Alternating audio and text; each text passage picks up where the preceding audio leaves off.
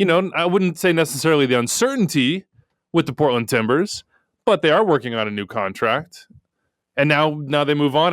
I can't imagine he will play a role going forward here. It's 17 days till MLS Cup if they even get there. And based on what it appeared to happen with his hammy, that's probably it for him. Yep. Dairon's the red card. Charlie, you got a thought on that one? Or yeah, I mean, the one thing that's interesting to me is maybe, just maybe, Diego Valeri hasn't played all that much. This could be a moment for him to come in and kind of give you something similar to what Blanco can give this Portland Timbers side. I'm not saying he's going to do the exact same thing, but maybe something similar. Maybe there's that boost knowing that, okay, I got fresh legs. I haven't really played that much. I can give the very last bit of magic that I have for this playoff run. So maybe you could say, okay, there's a fallback plan. But with Dairon Asprilla, and for me, this is a soft red. You could see Galvan, he's pushing, they're going at it, and then you're just pushing down. For me, it would be the equivalent of Dairon Asprilla pushing Galvan in the chest if Galvan was standing straight up and he wasn't bent over. So I think by letter of the law, I think they got this right because I think he did make contact with the head face in the head region. But I do think this was soft. I really do. I don't. You can't take a swing. This wasn't a punch. This wasn't a punch. This wasn't like this was like a push down, and it made contact with his head. So I do think it's soft, but by letter of the law, it's the. But it's soft. Dave's right. It's soft in a way where you're like, "What the hell are you doing?" Yeah, you can't do that on a soccer field. What are you doing? It's soft in the way of like, God, you got like you put yourself at the mercy of the laws. Yes. And he does touch Galvan in the face, the side of the head, and it's not negligible force. So I agree with you. By letter of the law, there's no way they're going to look at that on review and be like, at least in the game, video review, and say, nope. Like, is there a possibility the independent review panel could review it and reverse it? I mean, I guess so. I never say never. Every time I think I'm right about that, I'm wrong. So this isn't a case where he's retaliating with a punch or an elbow or like a real intent to injure. That is not the case. This is a case of like, I'm just getting back at this guy because he's been pushing me and hitting me, which he did it twice. Galvan did it twice. And then at the third time, you're just like, all right, I've had enough. I'm gonna give a little shove back. Galvan was bent down. So I do see the argument, but at the same time, like you said, you're up a goal. That defenders are going to try to get you to react, to get some sort of advantage. And if they can get you sent off, they're going to get you sent off. If you're going to be foolish enough to take the bait, he did take the bait. And so at the end of the day, it does fall on him because you have to be smarter in that situation and don't let the ball go and get back into position. For sure. Like so, you had nothing to gain there. You're up 1-0. Position. Yeah, 100%. And I think that'll be the frustrating part, but it'll be interesting. Obviously, we'll preview it going forward. I didn't think Portland had enough to win this game.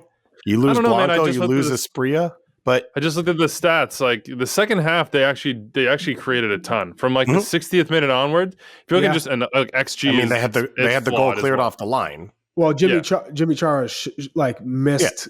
I think he should have made contact with the ball and finished it off the Felipe Mora cross in the 84th minute. But 2.1 expected goal. That's a pretty legit number. It is. It's a pretty good number. What'd you think of the goal they actually did score? The Mabiala goal. That's his second in the postseason. So yeah, I mean, I said he's a beast. On a set piece. On a set piece. I know, but on a set piece, this is like the thing about the Rapids too, is like they didn't get the goal and then they lose on a set piece, which has been sort of their... It wasn't a conventional moment because of the way the deflection comes off Kellen. I think once that ball comes off Kellen, it changes the spacing of your defending. It's not a hard-driven ball into the gaps where you've predetermined who's where, your assignments, how you're going to handle it, and then you clear it out. Once that ball pops straight up in the air, it changes everyone's spacing. The moment that's awkward to me, and I don't blame him in any way, is I think Keegan Rosenberry, with Felipe Mora going down, didn't want to look like he was going to give away a penalty. And I think he kind of steps away from the ball where it then bounces and Mabiala gets his shot away in a way that he could have kept his body there to... Normally, you're just going to try and find the ball and just get yourself in the way. But I think with Mora going down, Rosenberry doesn't want to come down on top of him and make it look like a penalty, so he sort of steps over him. and steps away. And it's credit to Mabiala, right? He's battling, he gets there. I understand what you're saying, Weeby, in that this is their sweet spot defensively, but I think when it takes that deflection, it resets everything and changes I don't everything. disagree. It's not like Mabiala came in, was marked, traditional like whipped in ball, dunked it on you, and you're like, my God, or like you missed the mark, or you don't have him. It's just like an unfortunate bounce. It bounces off Keegan's back, and you can see him sort of like look around, and he just sits there, and Mabiala reacts, and he reacts well. And that's it. Timbers fans got to be pretty frustrated with us right now because we are like, for sure, we are mourning the Rapids. we are not giving the Timbers much credit, but I think you got to give Gio Savarese a good amount of credit here. Like, yes, absolutely, and that's why that's why Goss and I took Portland over Minnesota. Nope. No. Oh, was it Weeby? No. Was it me? Ryan Solo? Like wow, I don't know if this is a bit that you just tried to pull, or you're like, oh, did nobody else? Is it only me that was right? I thought so you guys strange. were both on my side there. But, no, I had Colorado. I gave no. I'm saying Portland over Minnesota in the first. I had Minnesota. I had Minnesota. Okay, yeah. Sorry. We don't stand with you, Charlie. We stand on the wrong side of history. I gave Portland the nod over Minnesota in that first matchup because, yes, they're playing at home, but more importantly, Gio Savarese. He just has a good understanding of tactics and how to get this team to win in those big moments. And you said we haven't seen them in the playoffs make this kind of run since, 3 years ago? It feels like last year because, they won the MLS's back tournament, right? And so I just think about, oh, no, they're always competing. Gio Savarese, one, I would have loved to play for him because you can tell he's a player's coach. He's got this passion about the game. It's contagious.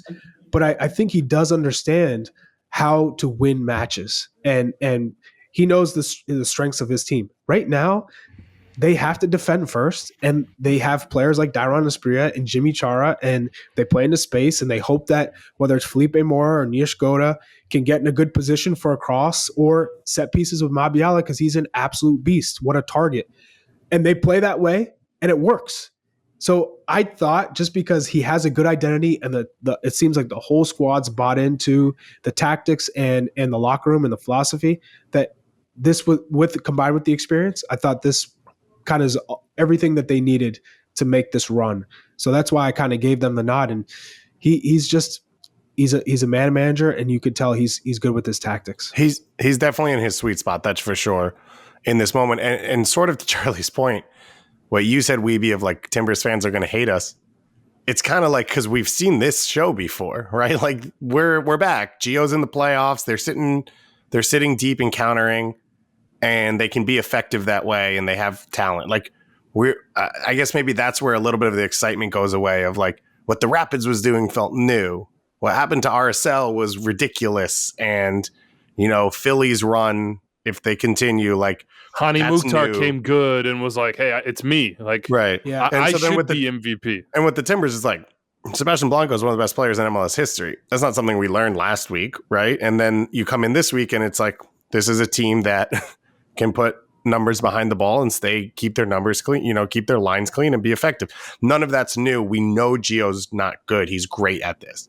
He won in NASL this way. He's won here. He has an ability, as Charlie said, to tap in. We talked with Zarek Valentin about this last week too, of like the way he not just manages players, but then the way he dials in at playoff time. It's not that he takes it up a level, but it's that he has his message to each player is very specific and individual about what this time of year means and what they can do for the team.